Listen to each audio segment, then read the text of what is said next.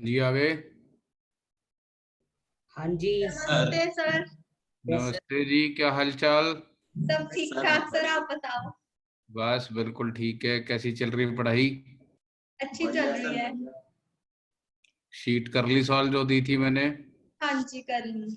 Answers भी थे उसके, मैच कर गए? हाँ जी कर गए। चलो ठीक है, आज आगे पढ़ेंगे। शीट, ये वाली शीट और एक और शीट में आज आपको दूंगा, वो कल डिस्कस करेंगे। ठीक है। Okay sir. सर चलो, आप मुझको वो अपने वाले नोट्स भी भेज दो, मैं उनसे भी पढ़ना है मुझको। कौन से वाले notes? Newton's laws of motion के जैसे आपने वो लॉज ऑफ मोशन के कोई नोट्स नहीं, जो मैं पढ़ा रहा हूँ वही नोट्स हैं, उसको बनाओ ध्यान से। ठीक है। Okay sir. इसकी कोई थ्योरी नोट्स नहीं है मेरे पास। जो मैं पढ़ा रहा हूँ उसको ध्यान से पढ़ो, उसको नोट्स बनाओ। उसके बाद मैं तुम्हारी कॉपी में से नोट्स प्रिंट करवा लूंगा, टाइप करवा लूंगा। Okay sir. ठीक है, मैं स्क्रीन शेयर करने लगा हूँ तुम्हारे साथ। ठीक है सर।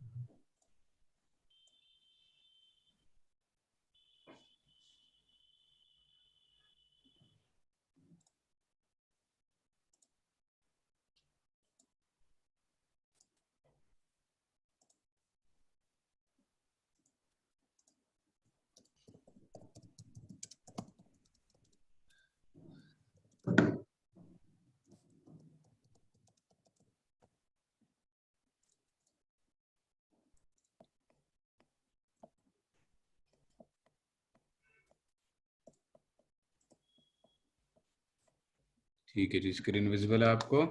हाँ यस जी। सर। ठीक है।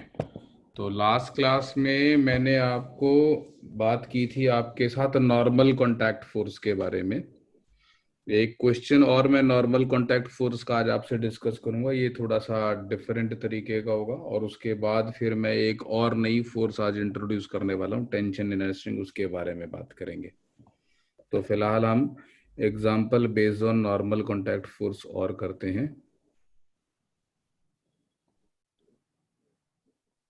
सर जैसा कल किया था। थोड़ा सा उससे डिफरेंट। कल जो हमने क्वेश्चन किया था उसमें हमने ब्लॉक्स को एक एलिवेटर में रख दिया था, मल्टीपल ब्लॉक्स को, और उनके बीच में कॉन्टैक्ट फोर्स निकाली थी। तो काफी हद तक वैसा ही है, बस प्रेजेंटेशन डिफरेंट है। तो थोड़ा सा ध्यान से आप सॉल्व करेंगे तो हो जाएगा। सपोज मेरे पास ये एक फ्रिक्शनलेस सरफेस है, और इस फ्रिक्शनलेस सरफेस पे मैंने एक ब्लॉक रखा यहाँ पर। इसका मास सपोज m1। इसी के साथ कांटेक्ट में एक दूसरा ब्लॉक रखा, इसका मास m2। और मैंने m1 को पुश करना शुरू किया राइट साइड की तरफ एक फोर्स F से। ठीक है। तो आपको दो चीजें कैलकुलेट करनी है यहाँ पर। एक, acceleration produced in each block. लग रहा है ये दोनों चलेंगे? हाँ जी सर। किधर को चलेंगे? राइट साइड की तरफ सर। हाँ जी। तो फोर्स ऑफ कांटेक्ट कैलकुलेट करनी है आपने between the two blocks.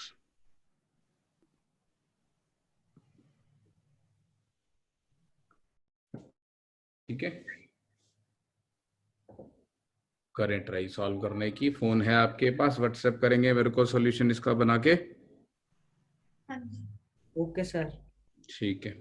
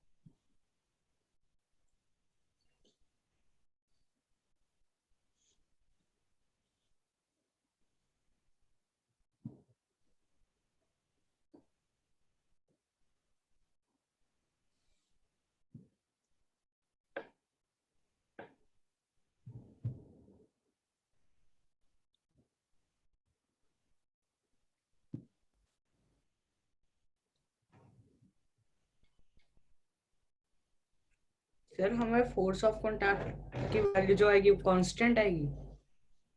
Constant आएगी का मतलब है आपको यहाँ पे एक F दिख रहा है, एक m1 दिख रहा है, एक m2 दिख रहा है, इसके अलावा एक acceleration due to gravity g होती है। तो your answer will be in terms of F, m1, m2 और मे बी g।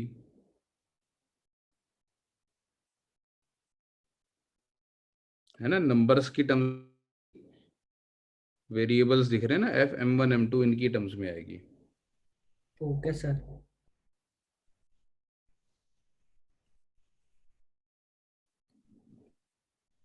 तो क्या FBD बनाया आपने इनके? सर बना रहे हैं, वेट करिएगा। हाँ जी, बना दी एफपीडी।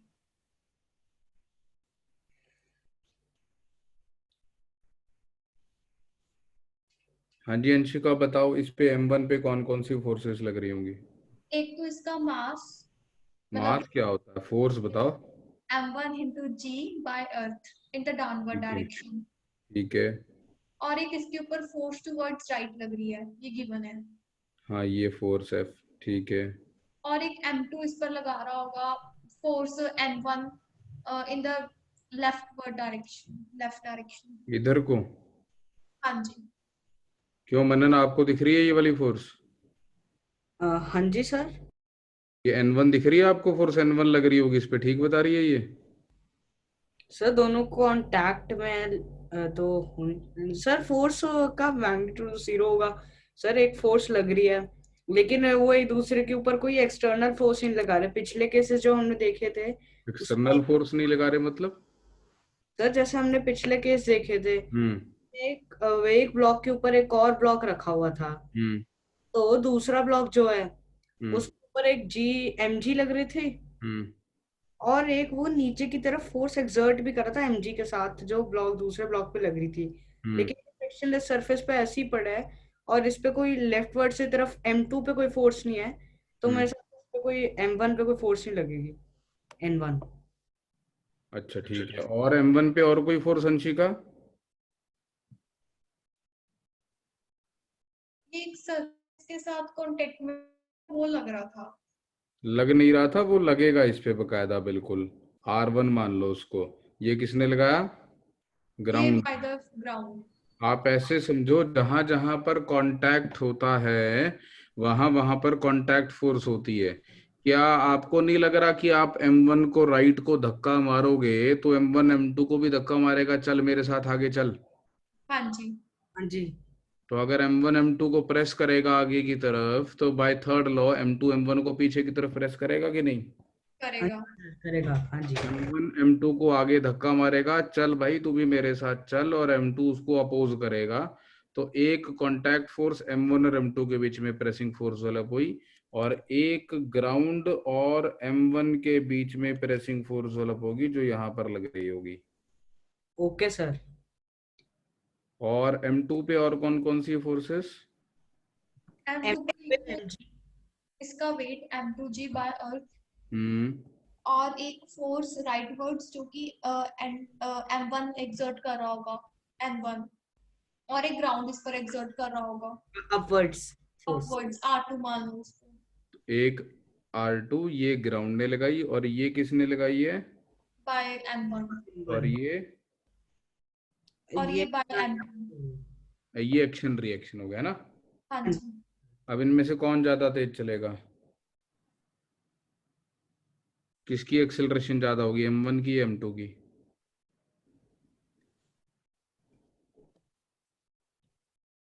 सर दोनों पे एक ही फोर्स लग रही है, दोनों की कंबाइन तो एक ही एक्सेलरेशन होगी।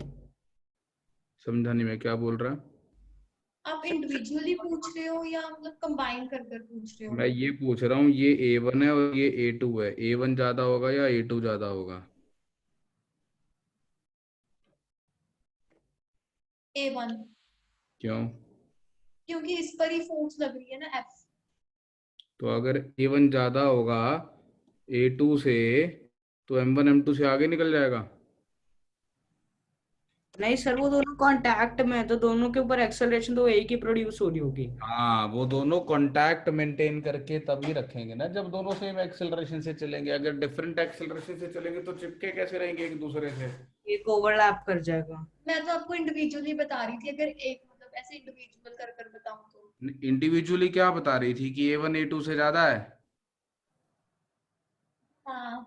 नहीं, A1 और A2 इक्वल होने चाहिए। ये इस फिजिकल सिचुएशन का कंस्ट्रेंट है, इसको बोलते हैं कंस्ट्रेंट। कंस्ट्रेंट मतलब मजबूरी। M1 और M2 मजबूर हैं एक दूसरे के साथ चलने के लिए। सर क्योंकि वो कांटेक्ट में है, इसलिए हाँ बस। जी। देखो, M2 अपने आप से तो चलने वाला था नहीं। हाँ जी सर। M2 को कौन चलाएगा? M1। तो पहले M1 चलेगा तो M2 को आगे लेकर जाएगा। M1 M2 से तेज जा नहीं सकता, M2 अपने आप से तेज जाएगा नहीं। समझ रहे हो बात को? M2 अपने आप हाँ से तो आगे जी। नहीं भाग जाएगा ना। हाँ हाँ जी। जी। तो ये इस सिस्टम का एक कंस्ट्रेंट है, मजबूरी है कि भैया A1 और A2 बराबर होंगे। ठीक है। हाँ जी। अब न्यूटन से सेकंड लॉ लगाते हैं।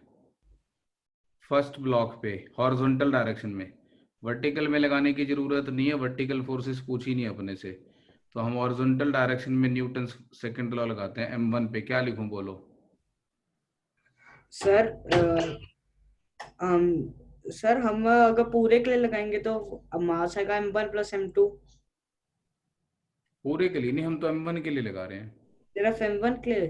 तो sir force F = M1 A1 A2 कुछ भी लिख सकते हैं। A1 और A2 को A मान लेते हैं। ओके सर, तो A लिख लेते हैं, A1 नहीं लिखेंगे। अंशिका, ये ठीक है इक्वेशन? यहाँ पर एफ नेट नहीं आना चाहिए। हाँ बिल्कुल, F नेट आना चाहिए। हाँ जी सर। और F नेट की वैल्यू कितनी है? F minus N one. Manan, आपको N1 दिख ही नहीं रही है भैया। एक आगे तरफ प्लस F लग रही है, एक पीछे की तरफ N1 लग रही है। तो F-N1 = M1 × A। हाँ जी सर। हाँ जी ठीक है। Yes sir. हाँ जी भाविन, M2 के लिए बताओ। M2 पे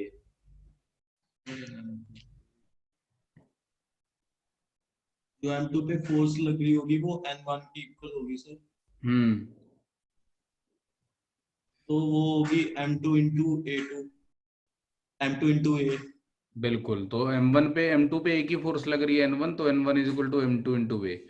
तो ये दो इक्वेशंस मेरे पास आ गई। एक आ गई ये, और एक आ गई N1 = M2 × A। इन दोनों इक्वेशंस को अगर मैं ऐड कर दूं तो क्या बचेगा मेरे पास? सर हम ऐड कर रहे हैं या फिर सर सब्स्टिट्यूट कर लेते हैं, N1 = M2 है। एक ही बात है, ऐड कर दो दोनों इक्वेशंस को। हाँ जी सर, N1 कैंसिल हो गया, F = M1A + M2A। हाँ है जी ना? सर। Yes sir. हाँ जी। अब यस सर। यही फीलिंग आपको बार बार आ रही थी ना मनन जी, की सर इनको एक ही ब्लॉक मान के ऐसे कर देते हैं। हाँ जी सर। हाँ, ये फीलिंग केवल तब लेके आनी है जब आपको ये पक्का पता हो कि ये दोनों एक साथ चल रहे हैं, एक ही एक्सिलरेशन से। इनका अलग अलग मोशन नहीं हो रहा है, इनके बीच में कोई रिलेटिव मोशन नहीं नहीं हो है। रहा है। तो ये सिस्टम को देख कर आप ये भी कह सकते थे कि क्योंकि M1 और M2, पूरी बात ध्यान से सुन लेना, क्योंकि since there is no relative motion. Motion between M1 and M2, so मैं इन दोनों को एक ही ऑब्जेक्ट मान के एक्सेलरेशन सीधे भी लिख सकता था, फोर्स अपॉन मास। ऑल दो मैंने कैलकुलेशन से भी सॉल्व कर लिया। हाँ जी सर। तो एक पार्ट का आंसर आ गया, कॉमन एक्सेलरेशन कितनी होगी दोनों की, है ना? एक पार्ट का आंसर आ गया, find the acceleration produced in each block. तो acceleration produced in each block होगी F/M1 + M2। Now what is the normal contact force between them? Second part का answer sir N1। Normal N1। जी sir. M2A given है हमारे पास, बिल्कुल, N1 is M2 into A, और A कितना है? M2 M1 plus M2। अच्छा A सर। की वैल्यू है F by M1 plus M2। So final answer है नॉर्मल कॉन्टैक्ट फोर्स की value M2F by M1 plus M2। ये सेकेंड पार्ट का आंसर क्लियर है? हाँ जी। लास्ट वाला पार्ट एक बार समझ नहीं आया सर। ये वाले रिलेशनशिप में हाँ जी सर। A की वैल्यू सब्स्टिट्यूट कर दी जो हमने यहाँ से कैलकुलेट की थी, हाँ जी सर। तो N1 हो गया M2 into A is F by M1 plus M2, right? हाँ जी सर, ठीक है, क्लियर सर। नोट कर लिया? सर जूम आउट कर दीजिए, नोट करना है। दिख रहा है? हाँ जी सर।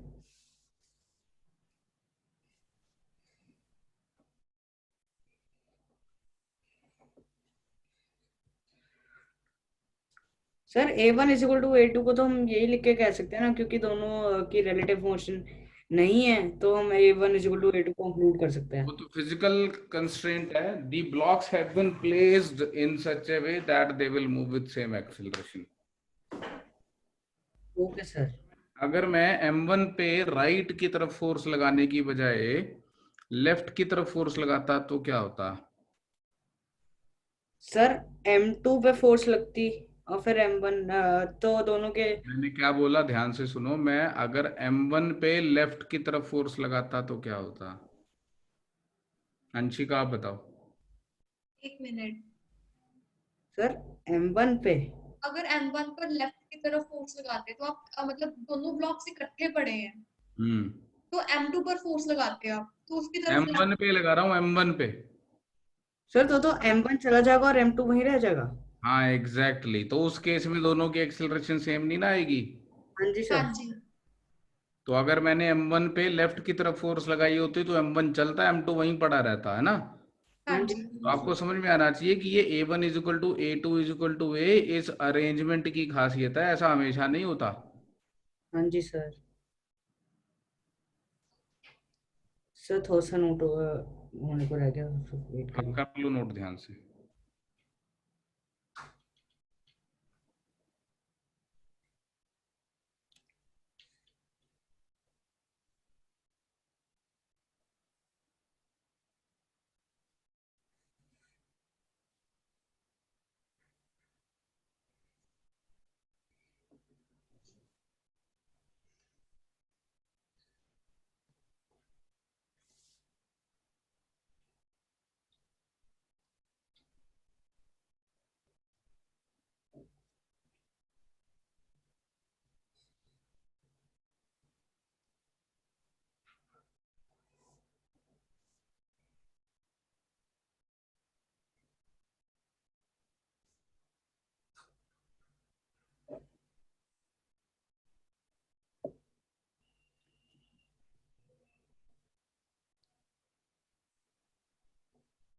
हाँ जी सर, हो गया note.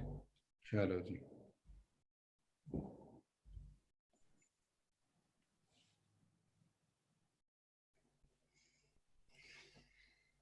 Next question.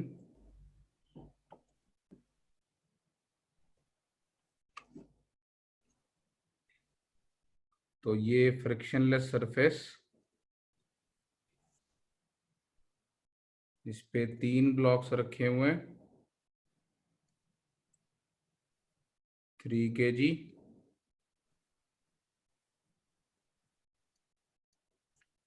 5 kg and 4 kg।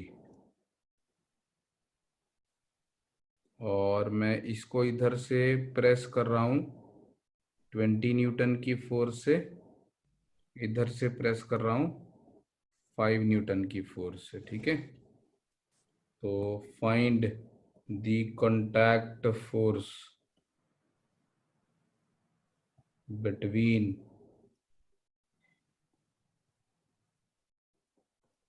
3 kg and 5 kg block,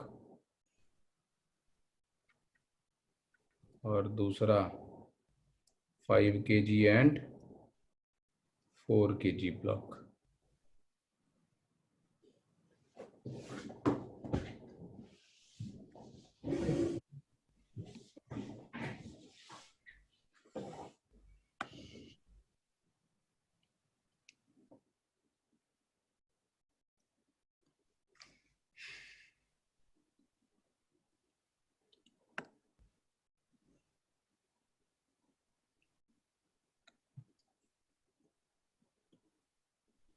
sir question तो वही है ना? सुंदर सुंदर लिख रहा हूँ।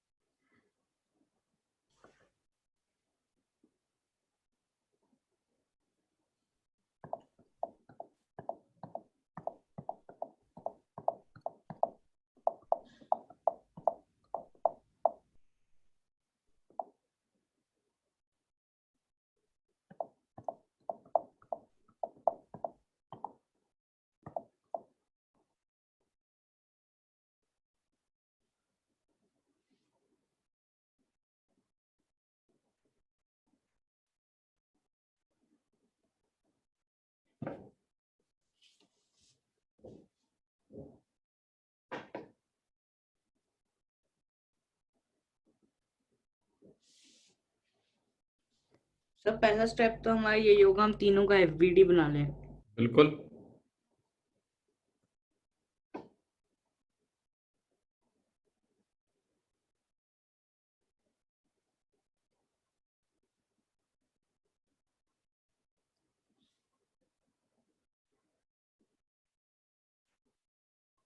क्या लगता है किधर जाएंगे? सर जाने तो राइट साइड में चाहिए, नेट फोर्स उधर की तरफ ही है। सेम एक्सेलरेशन से जाएंगे? हाँ जी सर। हाँ जी।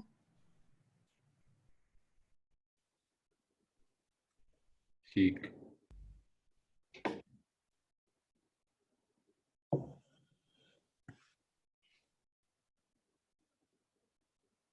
सर मेरे को ना वो कंस्ट्रेंट वाला पार्ट एक अच्छे से समझ नहीं आया, वो मतलब उसका। अभी धीरे धीरे समझ में आना शुरू हो जाएगा, जब रोज सुनोगे ना ये वर्ड तब समझ में आएगा। Okay sir.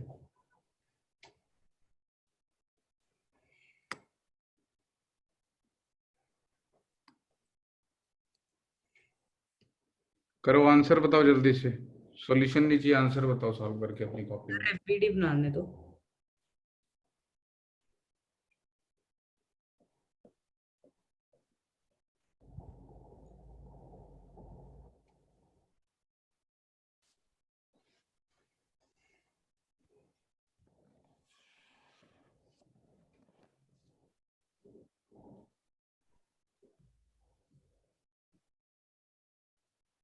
सर ये आंसर ए के टर्म्स में ही आएगा ना?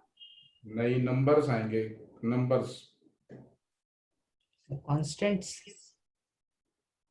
नंबर 10 15 20 25 30 ऐसा कुछ। Okay sir.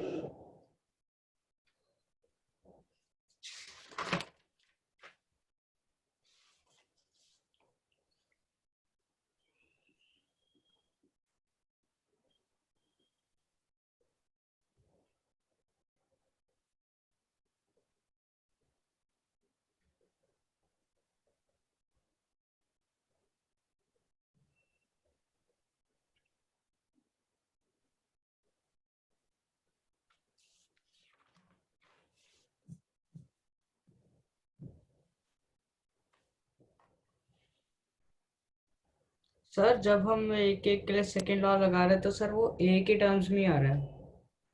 तो ये एलिमिनेट करना पड़ेगा ना आपको सॉल्व करके। पिछले क्वेश्चन में पहले ए निकाला था ना हमने। हाँ जी सर। फिर इसमें भी ए निकल जाएगा।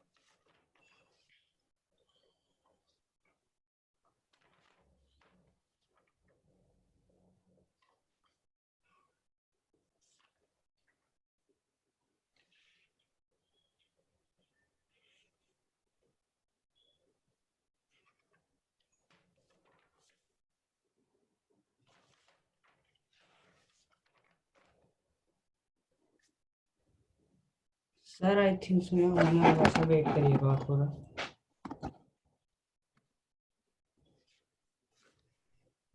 मैं तो जल्दी नहीं मचा रहा, तुम सॉल्व करो। मैं कहाँ शोर मचा रहा हूँ कि अभी दो आंसर, अभी दो, सॉल्व करो, वेट कर रहा हूँ। Okay sir.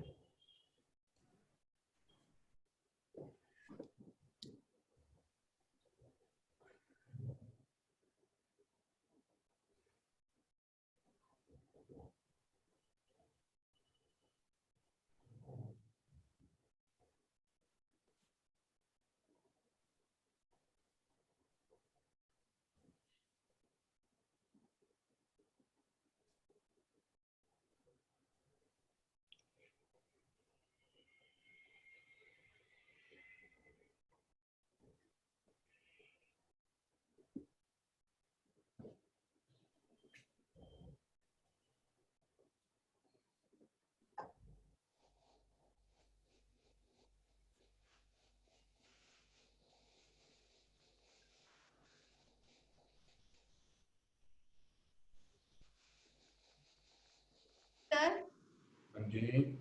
सर मैंने बताओ मैंने इसको थोड़ा सा कैसे सोचा, मतलब एक्सेलरेशन के बारे में। हम्म। मैंने इनको देखा भी, ये जो 3, 5 और 4 kg हैं, ये एक दूसरे के रिस्पेक्ट में मतलब एक तरह से रेस्ट पे पड़े हैं। ठीक है। तो अगर मैं इनको एक ब्लॉक कंसीडर करूँ तो ये टोटल 12 kg का ब्लॉक हो गया। ठीक है। तो इस पर एक साइड पर फोर्स 20 न्यूटन लग रही है, ठीक है। एक पर साइड 5 न्यूटन लग रही है। बिल्कुल। तो एक नेट फोर्स निकल गई 15 न्यूटन की। हम्म। और फिर मैंने एक्सेलरेशन फाइंड कर ली। Is equal 15 to Newton is equals to into 12 into X, 8।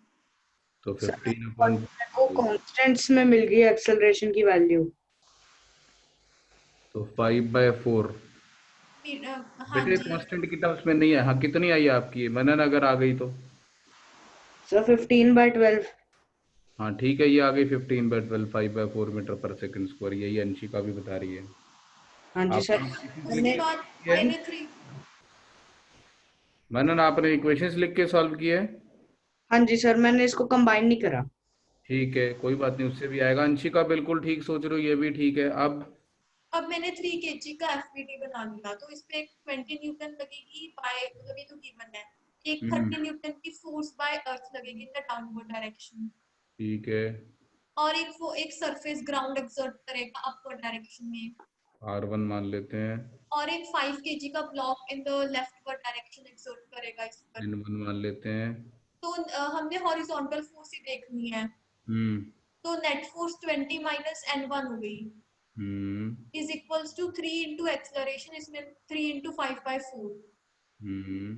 तो इससे N1 की वैल्यू आ जाएगी कितनी आ गई? 19 न्यूटन। तो मैं हैं? कैलकुलेशन चेक कर लूं। अच्छा 15/4 कितना होता है?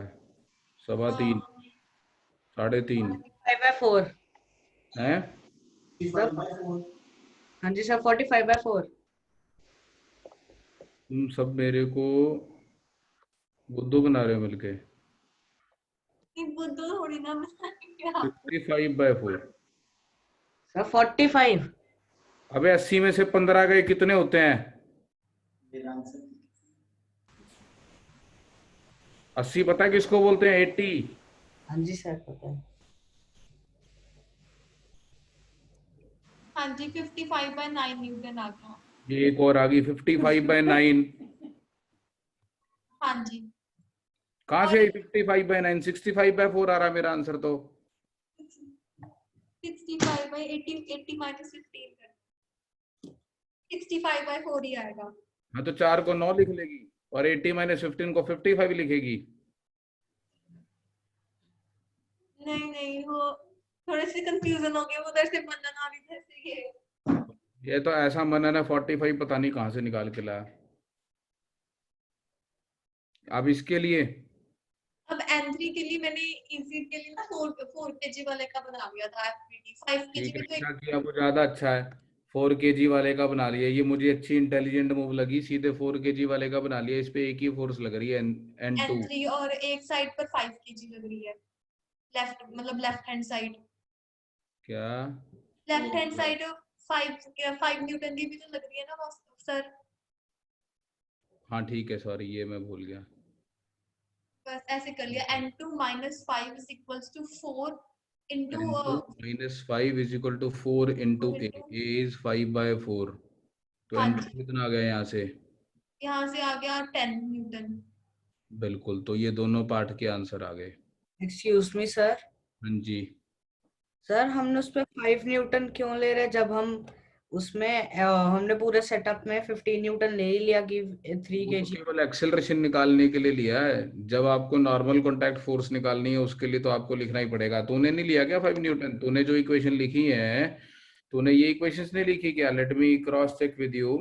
आपने एक इक्वेशन लिखी 20 - n1 is equal to 3 into A. दूसरी लिखी n1 - n2 is equal to 5 into A. तीसरी लिखी n2 - 5 is equal to 4 into A. क्या आपने ऐसा लिखा? सर मैं चेक कर रहा हूँ। हाँ जी सर। और इन तीनों को ऐड कर दिया। तो जब ऐड करेंगे तो ये इससे कट गया, ये इससे कट गया। लेफ्ट हैंड साइड में 20 - 5 आया, राइट साइड में 12 इंटू ए आया। तो यहीं से तो ए आएगा 15/12। ऐसे ही किया या वैसे ही सट्टे मार रहे थे? 5/4 आंसर आ रहा मेरा। ऐसे किया ऐसे ही किया ना? सर। अब आप इस इक्वेशन में ए की वैल्यू पुट करोगे तो n2 आ जाएगा, और इस इक्वेशन में ए की वैल्यू पुट करोगे तो n1 आ जाएगा। वही दोनों इक्वेशन हमने यहाँ सॉल्व की है। क्यों? हाँ जी ठीक है सर। माइक खराब हो गया आपका, चेक करो उसको, बहुत डिस्टरबेंस आ रही है जब बोल रहे हो।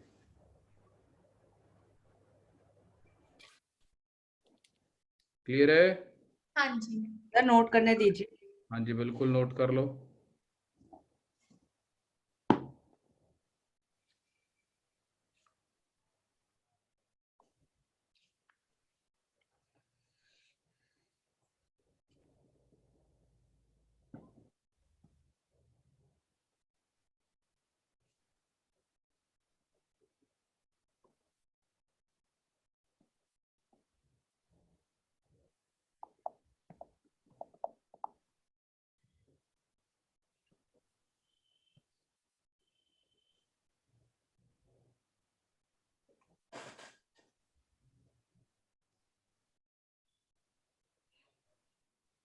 हाँ जी सर ठीक है, सॉल्व हो गया। सर कर लिया नोट। ठीक है जी। हाँ जी सर, हो गया मेरा भी।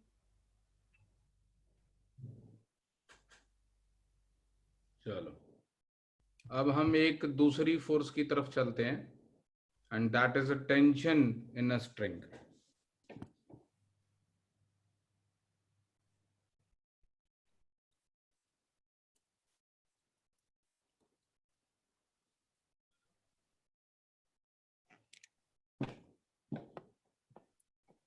जब हम रोप की हेल्प से ऑब्जेक्ट्स को पुल करते हैं, तो रोप की हेल्प से जब ऑब्जेक्ट्स पे फोर्स लगाते हैं तो उसको हम टेंशन फोर्स नाम देते हैं उसको। ठीक है? जैसे आप किसी ऑब्जेक्ट को, ये एक ब्लॉक है, ग्राउंड पे पड़ा है, और इस ब्लॉक को राइट वेज मूव करना है। दो तरीके हो सकते हैं, या तो आप इसको इधर से पुश कर दो, that is a normal pressing force, या फिर आपको इस इधर से पुश करने की बजाय आप इसके साथ एक रोप अटैच कर लो यहाँ पे। ठीक है? किसी तरीके से रोप फिक्स कर दी इसके एक तरफ, और अब इस रोप को आप पुल करना शुरू कर दो इधर से। तो when you pull the rope is going to pull the block, है ना? हाँ जी। तो रोप जो ब्लॉक पे फोर्स लगाएगी उसको हम बोलेंगे tension in the string. So tension in the string is the force exerted by a string या फिर rope on the objects connected to it। ठीक है? तो अगर मैं यहाँ पे इस पर्टिकुलर क्वेश्चन में इस ब्लॉक का एफबीडी बनाऊं तो इस ब्लॉक पे 3 फोर्सेस लग रही होंगी। एक इसका वेट लग रहा होगा अर्थ की ग्रेविटेशनल पुल की वजह से, एक इस पे ग्राउंड से नॉर्मल कॉन्टैक्ट फोर्स लग रही होगी जो इसके नीचे ग्राउंड है, और एक ये राइट साइड की तरफ पुल हो रहा होगा बाय ए फोर्स जिसको हम टी बोल देते हैं, और ये किसने लगाई? रोप ने लगाई। हम रोप का भी एफबीडी बना सकते हैं। तो इस रोप पर भी फोर्सेस लग रही होंगी, रोप भी एक ऑब्जेक्ट है, और इस रोप ने अगर ब्लॉक पे टी फोर्स लगाई तो इसका रिएक्शन क्या होगा अगर ये एक्शन है तो? सर इसके ऊपर ब्लॉक पे इसके ऊपर टी फोर्स लगाएगा। तो ब्लॉक रोप पे पीछे की तरफ एक टी फोर्स लगाएगा, है ना? हाँ जी। और रोप को आगे की तरफ एक हमने पोलिंग फोर्स लगाई थी, सपोज ये ऐसा कुछ है ना। ये भी कॉन्टैक्ट फोर्स होगी। हाँ, ऑब्वियसली आपको रस्सी को खींचना है तो आपको रस्सी को पकड़ के खींचना पड़ेगा। रस्सी ब्लॉक को खींच रही है तो रस्सी ब्लॉक के साथ कनेक्टेड होगी तभी खींचेगी, है ना। हाँ जी। वीडियो किसने ऑफ किया? बंद करो अपना। क्या गलती से ऑन हो? ये क्लियर है? हाँ जी। सर एक एमजी भी तो लग रही होगी रोप पे। हाँ, रोप पे उसका वेट लग रहा हो सकता है। तो जनरली यूजुअली हम रोप जो है वो लाइट लेते हैं। लाइट लेते हैं मतलब उसका मास जो है वो निग्लिजिबल लेते हैं, और अगर उसका मास निग्लिजिबल है तो हम उसके वेट को इग्नोर कर देते हैं। मैं अलग से डिस्कस करूंगा वेट वाली रोप में क्या होगा। फिलहाल हम मासलेस रोप लेंगे, लाइट रोप लेंगे, ठीक है? तो रोप का मास इग्नोर कर देंगे। Okay sir.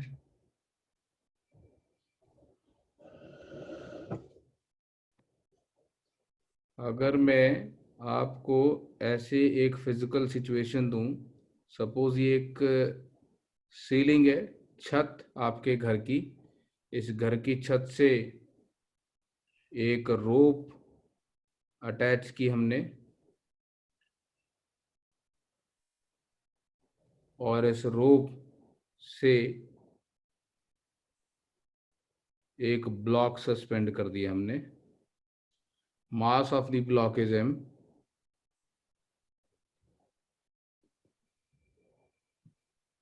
acceleration due to gravity is g,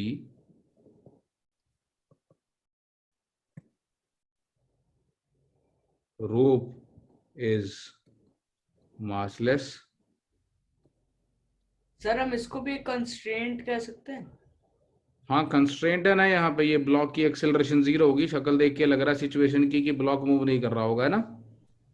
sir हम रोप के मासलेस होने को कंस्ट्रेंट कह नहीं सकते। नहीं, रोप का इनएक्सटेंसिबल होना एक कंस्ट्रेंट होता है जिसको अभी यूज करना सिखाऊंगा। मतलब इलास्टिसिटी। मतलब ये स्ट्रेच नहीं हो सकती। अच्छा सर। इनएक्सटेंसिबल मतलब स्ट्रेच नहीं हो सकती। तो find the force of tension exerted by the rope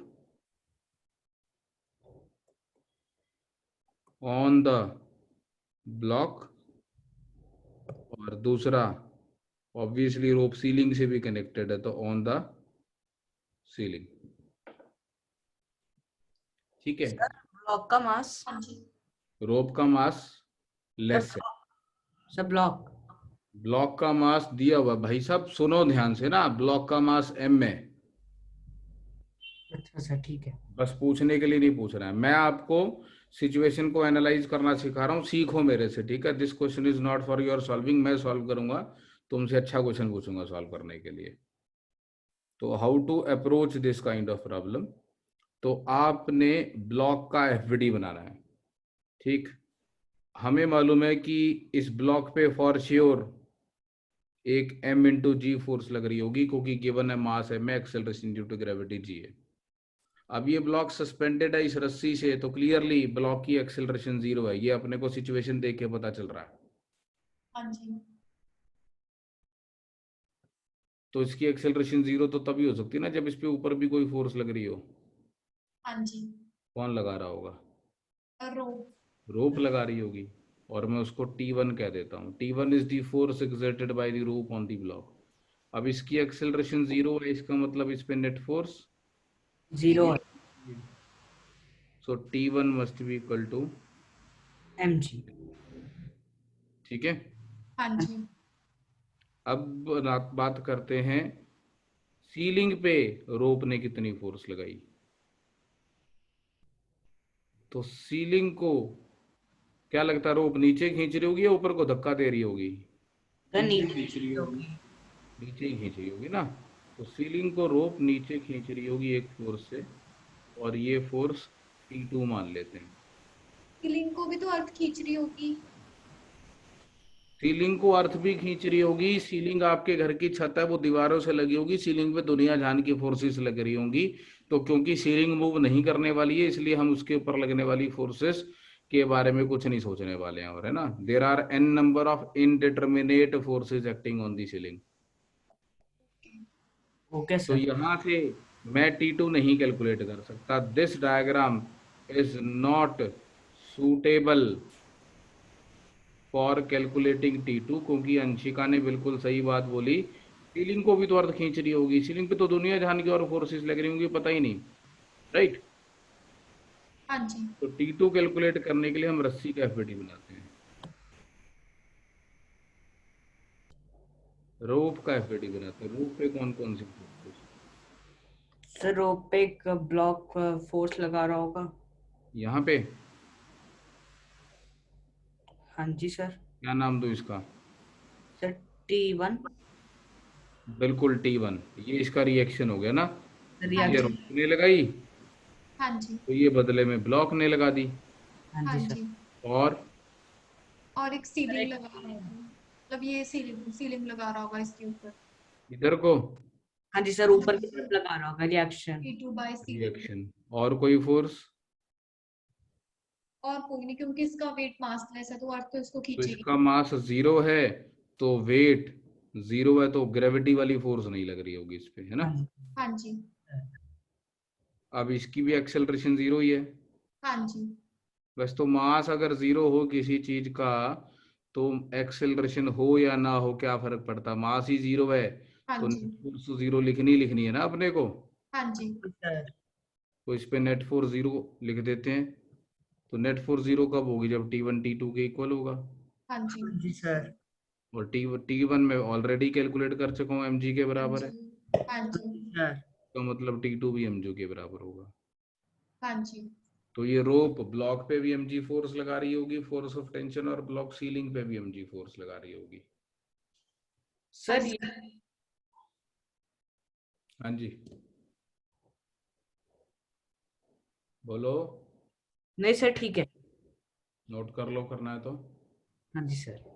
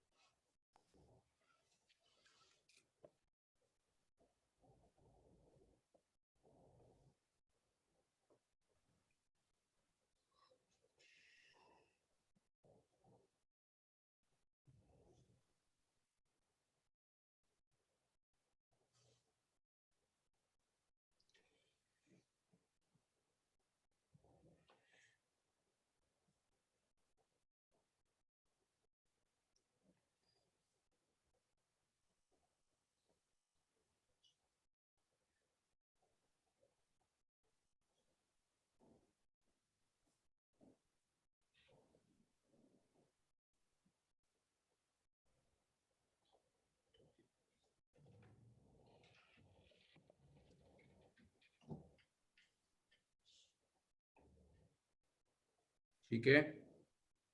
sir note कर रहा हूँ।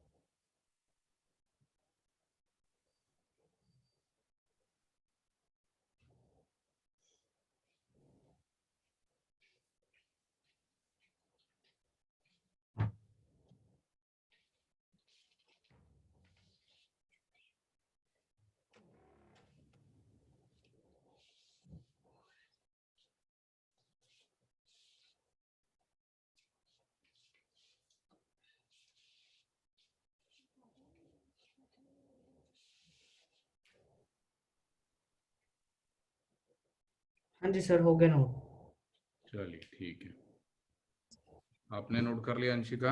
हाँ जी, मैं तो स्क्रीनशॉट्स ले लिए। क्या बात है, बाद में लिखोगी बैठ के? हाँ जी, वो अच्छे से कॉपी पे अच्छे अच्छे नोट्स बनाऊंगी ना मैं कलरफुल पेन से।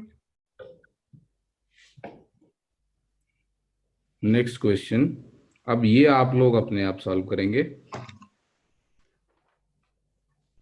तो एक रो, यहाँ पे m1 मास का ब्लॉक, फिर एक रो, फिर m2 मास का ब्लॉक, फिर एक रो, फिर m3 मास का ब्लॉक। तो आपको बताना है यहाँ पे टेंशन कितनी, इस रो द्वारा टेंशन की फोर्स लगाएगी कितनी, और इसकी द्वारा कितनी। 3 massless ropes are there.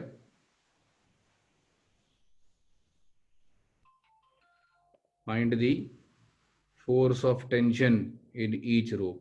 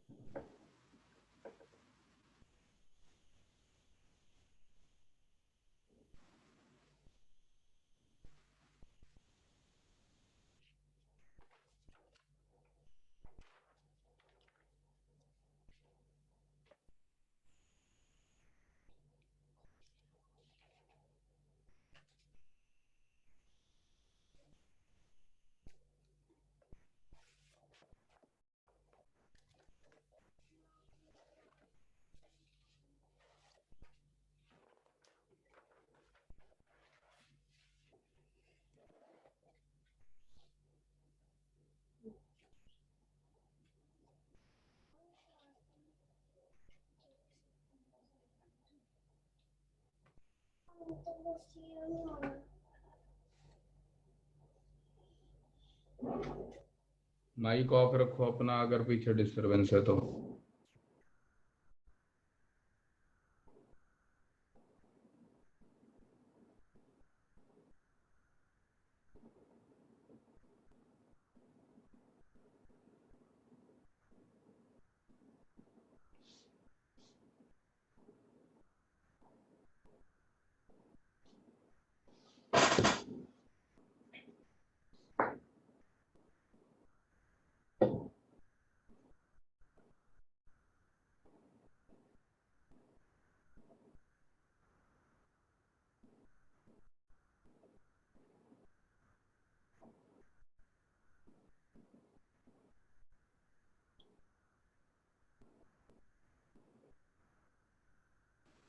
Sir हम इसमें एक एक करके सब रोप्स और सब ब्लॉक्स का वीडियो बनाएंगे।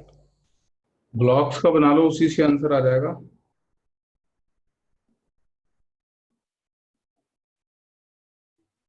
सर मैं आपको इसका भेज दूँ, मतलब व्हाट्सएप कर दूँ, मैंने तो हो गया ये क्वेश्चन। हम्म।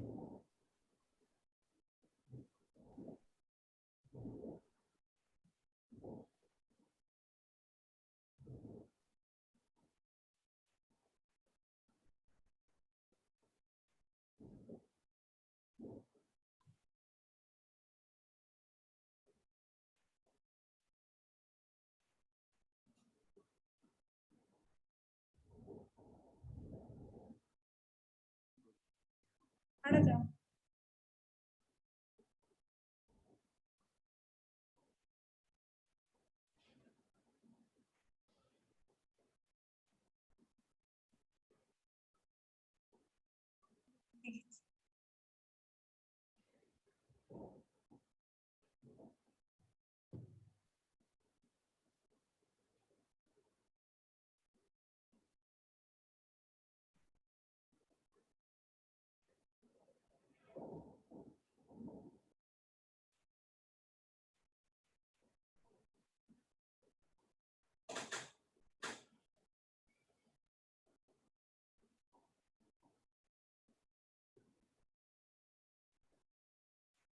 गलत है अंशिका।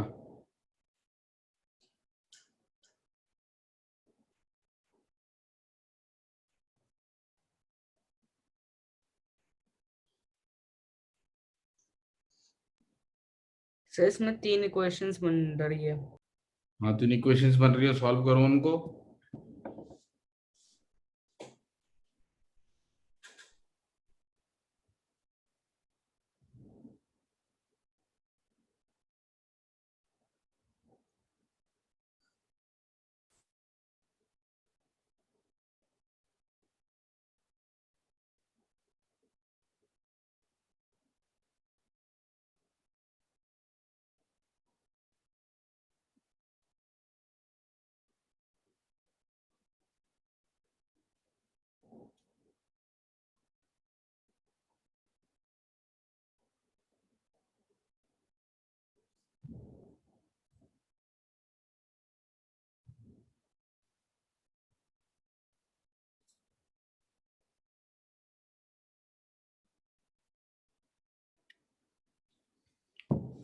क्या इक्वेशंस बन रही हैं? चलो मनन बताओ।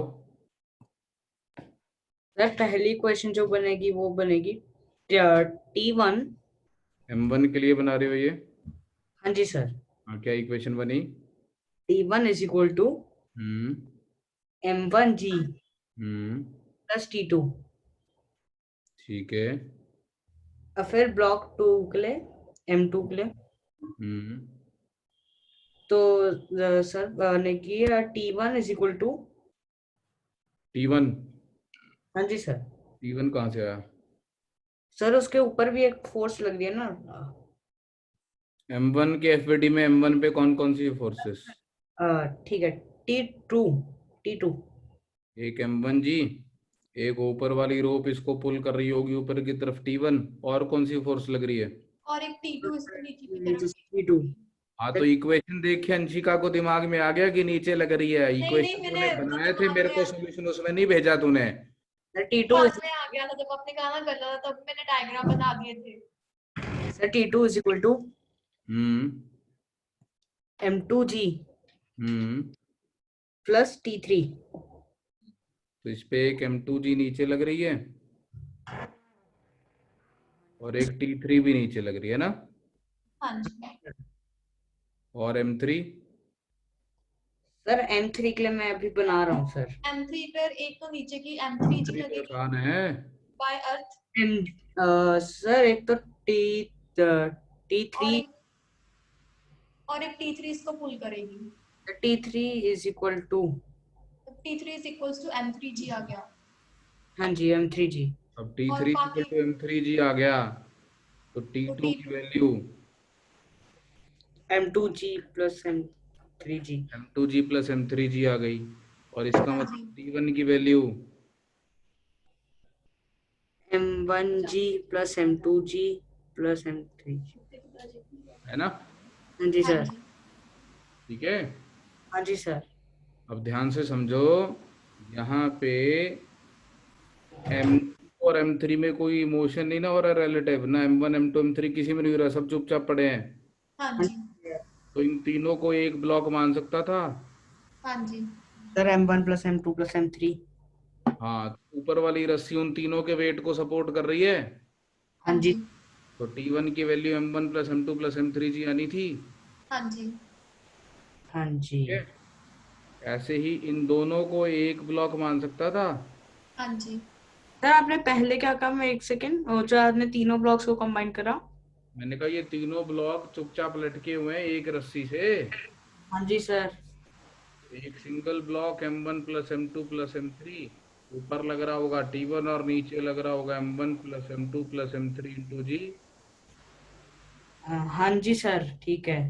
तो T1 आ जाएगा इसके बराबर। हाँ जी सर। ऐसे ही M2 और M3 को एक ब्लॉक मान लो, तो वहां से T2 की वैल्यू आ जाएगी। हाँ जी। हाँ जी सर। समझ आ रहा है? हाँ जी।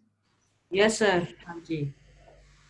चलो, एक लास्ट क्वेश्चन आज की क्लास के लिए, देखते हैं कौन पहले आंसर निकाल के दिखाता है अब इसका। ये भी हमने कंस्ट्रेंट के अकॉर्डिंग ले लिया कि तीनों के एक्सेलरेशन 0 है, कंस्ट्रेंट है, तो हमने रिलेटिव मोशन देख के कर लिया। बिल्कुल बिल्कुल।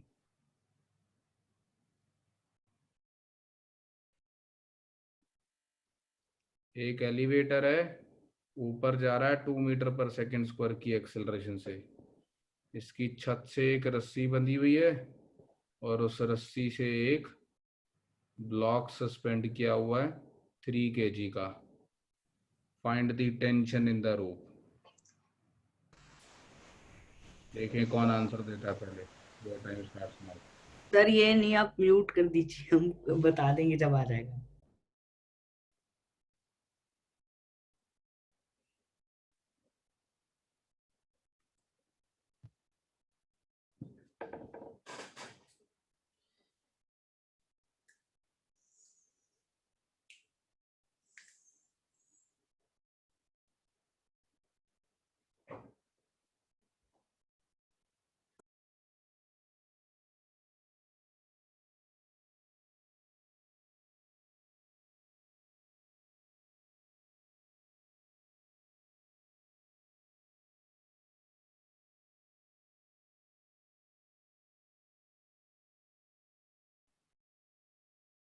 Sir tension in the string निकालनी है ना? ये कोई बात बनी पूछने वाली?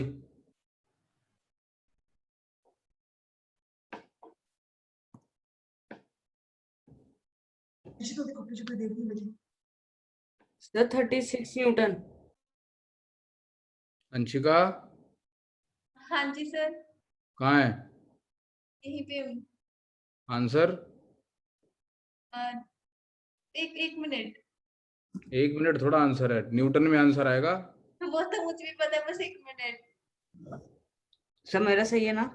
सही है। हाँ जी सर, 36 न्यूटन ही आंसर।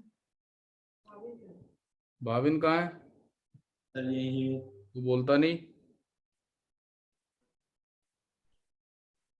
तो ये ऊपर जा रहा है 2 मीटर पर सेकंड स्क्वायर की एक्सेलरेशन से, क्योंकि ये एलिवेटर से रस्सी से बंधा हुआ। अगर एलिवेटर 2 मीटर पर सेकंड स्क्वायर से ऊपर जा रही है तो ये पीछे थोड़ा रह जाएगा, ये भी साथ ही जाएगा। हाँ जी। तो इसके ऊपर एक फोर्स लग रही होगी, इसका वेट 30 न्यूटन। एक रस्सी इस पे फोर्स लगा रही होगी टी, और net force plus T minus 30 is equal to mass into acceleration. So T की वैल्यू आ जाएगी 36 न्यूटन। ठीक है? हाँ जी। Yes sir. ठीक है जी, आज का सेशन क्लोज करेंगे। आपको एक अच्छी सी शीट भेजूंगा मैं टेंशन और नॉर्मल रिएक्शन के ऊपर, उसको सॉल्व करनी है आपने, आप लोगों ने। और कल की क्लास में हम फिर शीट ही डिस्कस करेंगे। Okay sir. चलो आप ठीक अभी है, भेज दोगे? अभी भेज दो बिल्कुल आज? अभी तुरंत भेज रहा हूँ। आज आपके साथ उदय की क्लास हुई थी।